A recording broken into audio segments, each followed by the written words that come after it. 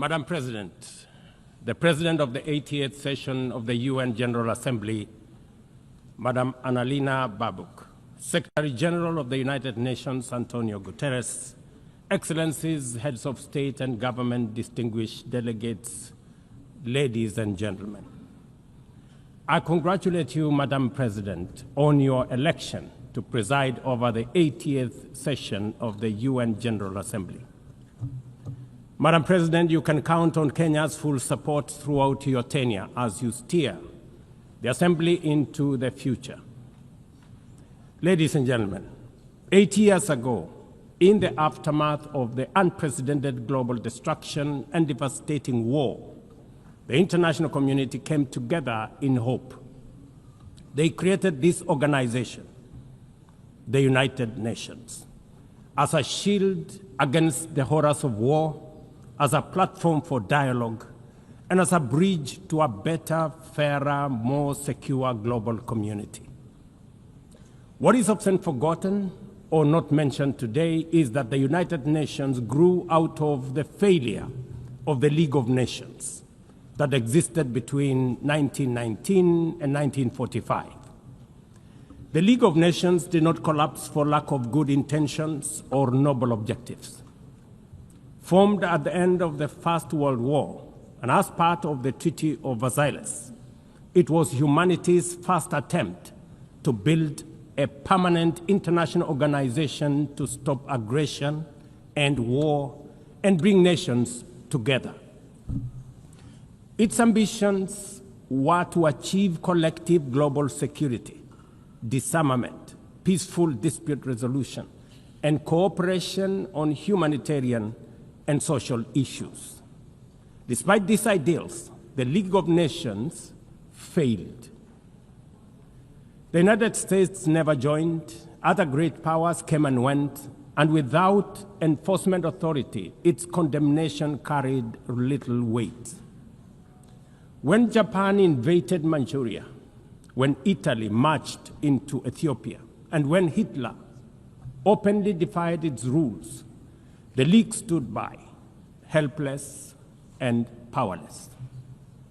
By the late 1930s, its credibility had collapsed, and with the outbreak of the World War II, it was rendered irrelevant. Madam President, this history is both a lesson and a warning. Institutions rarely fail because they lack vision or ideals. More often, they drift into irrelevance when they do not adapt, when they hesitate to act, and when they lose legitimacy. To remain relevant, institutions must be reimagined, must be reformed, renewed, and aligned with emerging realities. 8 decades ago, the founders of the UN sought to correct the failures of the League of Nations by creating a stronger, more inclusive organization anchored in the principles of, and I quote, "We the people of the United Nations, determined to save succeeding generations from the scourge of war," end of quote. Today, we are gathered for the UN at 80. The question is unavoidable. Is the United Nations relevant to the demands of our time? Can it continue to serve humanity in the face of current realities?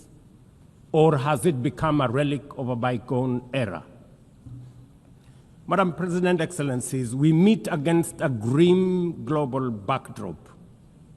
Conflict rages in Eastern Europe, the Middle East, the Sahel, the Horn of Africa, and beyond. Climate disasters grow fiercer by the day. Inequality deepens, pandemics loom, and technological disruptions outpaces governance. Instead of trust, mistrust is spreading. Instead of solidarity, fragmentation is taking root. In place of hope, anxiety fills our global community. We are living, to borrow from the words of the founders of this institution, not in larger freedom, but in growing uncertainty. At this moment of turbulence, when we most need a strong United Nations, the organization faces its deepest crisis in credibility and capacity. Funding cuts have paralyzed its operations. Bureaucracy has slowed its response. The Security Council remains frozen in the post-war structures of 1945, unable to act inclusively, with fairness, and with speed. Ladies and gentlemen, I can, however, state with absolute conviction that the United Nations has been one of humanity's greatest achievements. For 8 decades, it has held back the specter of global war, calmed conflicts from Cambodia to Liberia, and stood guard in some of the world's most dangerous places through the courage of its peacemakers and peacekeepers. Few institutions in humanity's history can claim such a legacy. The United Nations has stood at the front lines of humanitarian crisis, from famine relief in the Horn of Africa to emergency shelter for millions of Syrian and Ukrainian refugees. It was at the forefront in the eradication of smallpox, coordinated global responses to HIV and AIDS, Ebola, and COVID-19, and continues to champion universal vaccination. Its agencies have advanced women's rights, protected children, safeguarded refugees, and set global norms on everything from disarmament to climate action. The UN Sustainable Development Goals remain a shared blueprint for human progress. These are achievements no nation could have achieved alone, however rich, however great, or however powerful. And yet, every institution, no matter how noble its origins or impactful its legacy, must adapt to changing times or slide into irrelevance. Today, the United Nations stands at a crossroads of renewal on one hand or decay on another. Put differently, after 80 years, the rhymes of time are calling on us to reimagine the original promise that inspired the founding of the United Nations, and that is the quest for global peace, development, and human rights. But this call must now be answered in a global context that is profoundly different from the post-war era in which the UN was conceived then. We would be denying the cold, hard truth if we say that the United Nations is delivering as it should. On peace and security, its voice is too often drowned by the rivalries of great powers, while some nations simply ignore its resolutions and do as they please. Too often, the UN's blue helmet, once a symbol of moral authority, no longer commands the same respect. From the conflicts in Gaza to Ukraine, to the crisis in Sudan, DRC Congo, Somalia, and the Sahel, we see actors proceed undeterred by the United Nations calls. Excellencies, ladies and gentlemen, Kenya speaks from the experience of a nation deeply invested in multilateralism. For decades, we have placed our troops and police in harm's way for peacekeeping missions across Africa and beyond, from Somalia to Democratic Republic of Congo, from South Sudan to most recently in our neighborhood here in Haiti. Over the past 15 months, we are proud to have led the multinational security support mission in Haiti, not because it has been easy, but because solidarity is the essence of the United Nations. Madam President, the mandate of the MSS mission is coming to an end in a few days. As the lead nation, allow me to briefly share our experiences, the successes and the challenges, as both a cautionary tale and a living lesson about the strengths and weaknesses of the current global security governance architecture. For far too long, the people of Haiti called out to the world. Too often, their pleas were met with silence, hesitation, or half measures. Haiti became a tragic reminder of what happens when the international community looks away, prevaricates, or offers half-hearted support. When Kenya responded to the quest for the Haitian authorities, it was in the belief that we were joining a genuinely multinational effort. We welcomed and fully embraced Resolution 2699, by which the United Nations Security Council authorized the MSS with Kenya as the lead nation. Drawing on our decades of peace support operations, we stepped forward, stepped up, and deployed our officers to confront the rampant menace of gang violence in Port-au-Prince and its environs. Madam President, ladies and gentlemen, the mission has operated in a volatile environment under enormous constraints. It has been underfunded, under-equipped, and operated below 40% of its authorized personnel strength. Our police officers have valiantly shouldered responsibilities without the full logistical support that would accompany any mission sanctioned by the United Nations. Despite these challenges, and against all odds, the MSS has delivered results many thought were impossible. The presidential palace, once under siege from gangs, is today restored as the seat of government. The police headquarters and the police training center, once overrun by gangs, are now secure, with the academy resuming the training of new police officers, over 700 of whom graduated a few months ago. Schools that have been shattered by violence have reopened, with children back in class, learning and progressing. Roads once manned or blocked by gangs have now free-flowing traffic. Cases of kidnapping and extortion have reduced sharply. The airport and the seaport, once surrounded by gangs, are now abuzz with normal operations. Which begs the question, if so much could be achieved with limited resources and stretched personnel within just 15 months, what more could have been accomplished if the United Nations fraternity had truly acted together in solidarity with the people of Haiti?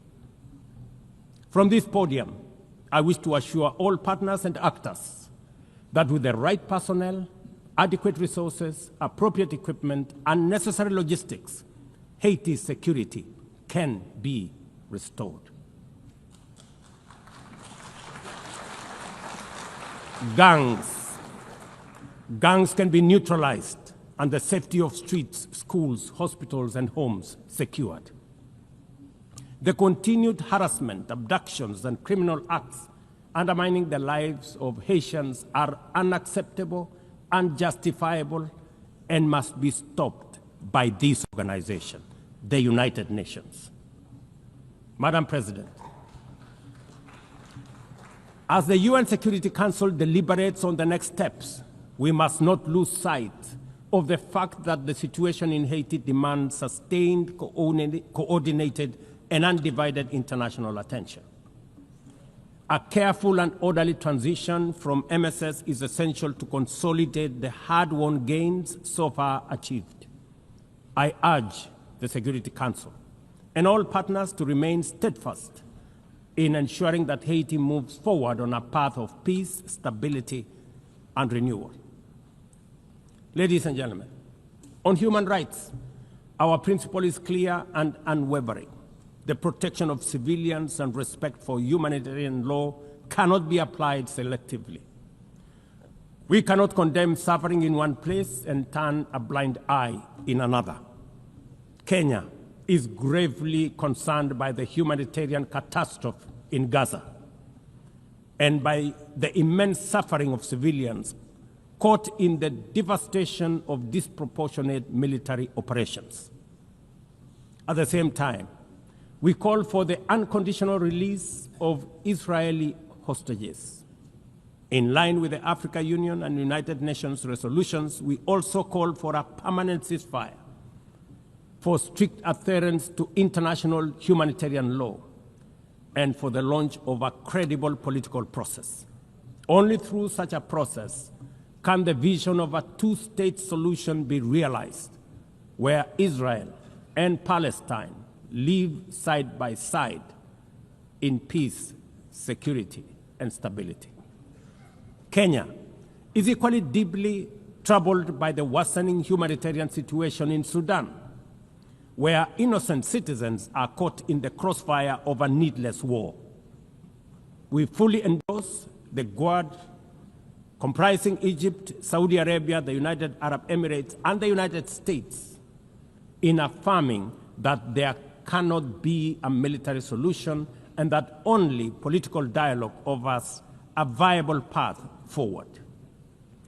We join the Quad in urging all parties, including SAF, RSF, and the external actors, to respect Sudan's sovereignty, unity, and territorial integrity, and firmly reject any attempts to divide the country, reaffirming our unwavering support for a unified Sudan for the benefit of all its people.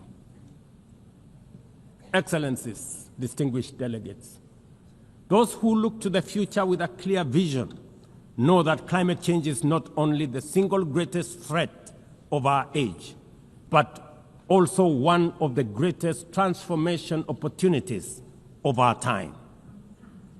The global stocktake has made it plain that the world is off track. Current national determined contributions are steering us towards temperature rises far beyond any safe threshold. This is the difference between survival on one hand and devastation for millions across the world on the other. Kenya and Africa are not passive victims of this crisis. We are taking bold steps showing that climate action is not only possible, but can also be the foundation for inclusive growth. We are building a climate-resilient society by embedding adaptation into every sector, from agriculture and energy to infrastructure and livelihoods, to sustainable mining and artificial intelligence.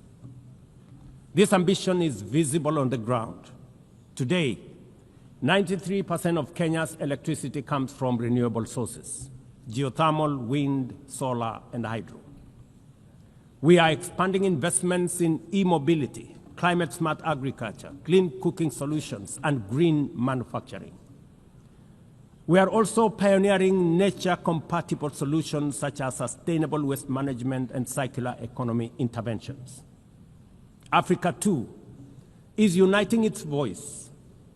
In 2023, in Nairobi, we hosted the inaugural Africa Climate Summit, where the continent adopted the Nairobi Declaration on Climate Action and Call to Action.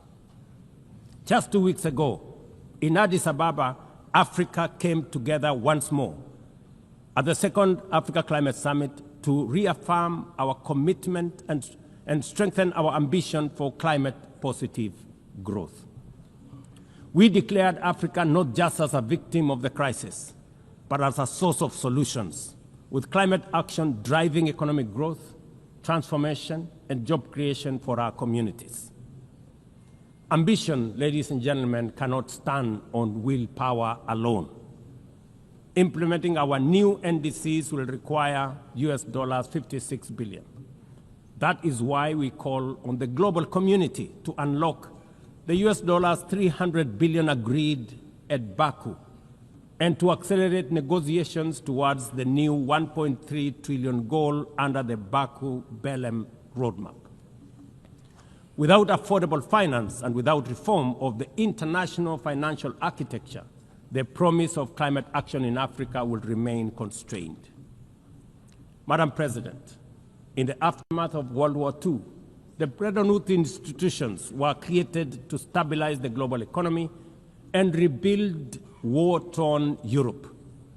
At that time, their design reflected the power and interest of the victorious nations, who were also their primary shareholders and beneficiaries. The IMF was tasked with upholding the gold standard exchange rate system, while the World Bank was established to finance Europe's reconstruction. Both have since evolved into development finance institutions, but their structures, decision-making, and governance remains dominated by wealthy nations. Today, the global context is vastly different. The global standard collapsed 5 decades ago, and Europe has long since been rebuilt. Yet, the governance of these institutions has not kept pace with needs of a multipolar world, especially the needs of poor and developing nations. The mismatch between shareholders and stakeholders has become starkly visible. For instance, during the IMF's recent allocation of special drawing rights, 64% went to wealthy nations. Just imagine, 64%. With little need for liquidity support. They didn't need the money anyway, but they got 64%. While the poorer countries received just 2.4%. What a disconnect. The imbalance highlights how the very institutions meant to safeguard global finance stability often perpetuate inequality and instability. I have argued, and I say it again, that the current global financial architecture punishes poor countries with high interest rates and enormous conditionalities while rewarding rich nations with lower interest rates and softer lending rates.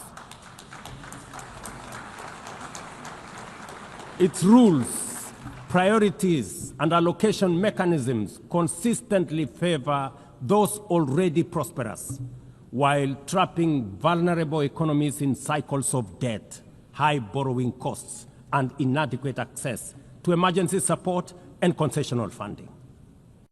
It is imperative to transform these institutions into genuinely independent, apolitical global bodies that their operations are aligned with their global mandate. Such a shift would democratize decision-making, restore credibility, and allow the IMF and the World Bank to serve all countries fairly rather than reinforcing old hierarchies. But Africa is not merely waiting for external prescriptions. We are taking bold and deliberate steps to strengthen our financial independence, safeguard our stability, and accelerate our development. Kenya, for instance, fully endorses the establishment of the Alliance of African Multilateral Financial Institutions, launched with the Africa Union in February 2024. This alliance brings together our homegrown banks, Afrexim Bank, the Africa Finance Corporation, the Trade and Development Bank, Shelter Afrique, Africa Re, Africa Development Bank, Africa Trade and Investment Development Insurance, and ZEPRI, institutions that embody Africa's determination to mobilize resources, finance trade, and build resilience on our own terms. At the same time, the Africa Union is championing 3 transformative institutions: the Africa Central Bank, which will issue a single currency and free our trade from dependence on foreign money; the Africa Monetary Fund, positioned to stabilize our economies and give us true financial sovereignty; and the Africa Investment Bank, designed to mobilize resources for infrastructure, industrialization, and integration that Africa needs to rise. And to complete this vision, the Africa Credit Rating Agency, one that understands our realities, values our uniqueness, and tells our story with fairness and truth, has already been established. Excellencies, as we mark the 80th anniversary of the United Nations, Africa also marks 20 years since the Ezulwini Consensus and the 60th Declaration, the 2 historic milestones that establishes the common African position on UN Security Council reforms. For 2 decades, Africa has spoken in one voice, demanding justice, equity, and representation in the highest organ of global governance. This demand, however, continues to be ignored deferred, or endlessly debated to the detriment of both Africa and the legitimacy of the United Nations itself. You cannot claim to be the United Nations while disregarding the voice of 54 nations. It is not possible. Africa is no longer willing to wait on the margins of global governance while decisions about peace, security, and development are made without our understanding, without our perspectives, and without our voice. Africa's exclusion is not only unacceptable, unfair, and grossly unjust, it also undermines the very credibility of the United Nations, this organization. Africa dominates most of the Security Council agenda, provides some of the largest contingents of UN peacekeeping forces, and bears the heaviest costs of instability. Yet we remain the only continent without a permanent seat at the main table where decisions about our destiny are made. Africa deserves, ladies and gentlemen, at the very least, 2 permanent seats with full rights, including the right to veto, and 2 additional non-permanent seats on the United Nations Security Council. The world must understand that reforming the Security Council is not a favor to Africa or to anybody. It is a necessity for the United Nations' own survival. If the United Nations is to remain relevant in this century, it must reflect today's realities, not the post-war power arrangements of 1945. Madam President, despite the stated and evident weaknesses of the United Nations, it still remains humanity's best chance at global solidarity. No other institution has the universal legitimacy or convening power of the UN. From coordinating humanitarian relief in times of war and disaster, to mobilizing the global response to COVID-19, to driving consensus on climate change, through the Paris Agreement, the UN has consistently shown that the world can achieve together what no nation can accomplish on its own, however mighty or great or powerful. As Dag Hammarskjöld, the UN's Second Secretary General, once observed, and I quote, "The United Nations was not created to take humanity to heaven, but to save it from hell." End of quote. That mission is as urgent today as it was 8 decades ago. At a time when conflicts are multiplying, when climate change threatens every economy, and when inequality is widening, the need for a functioning, credible, effective, and a multilateral system has never been greater. It is through the UN that nations have pooled resources to vaccinate billions of children, to protect refugees from through the work of the UNHCR, and to keep the peace in more than 70 missions across the world. Without the UN, these achievements, modest though they may sometimes seem, would not have been possible. That is why we must resist the temptation to give up on the UN or abandon it. We must make it fit for purpose, reform its structures, strengthen its mandate, and ensure its decisions reflect today's realities rather than the geopolitical map of a bygone era. As one of the hosts of the UN headquarters and the only one in the Global South, Kenya stands ready to do its part to enable the organization to go through this phase of renewal successfully as envisaged by the Secretary General under UN 80 reforms.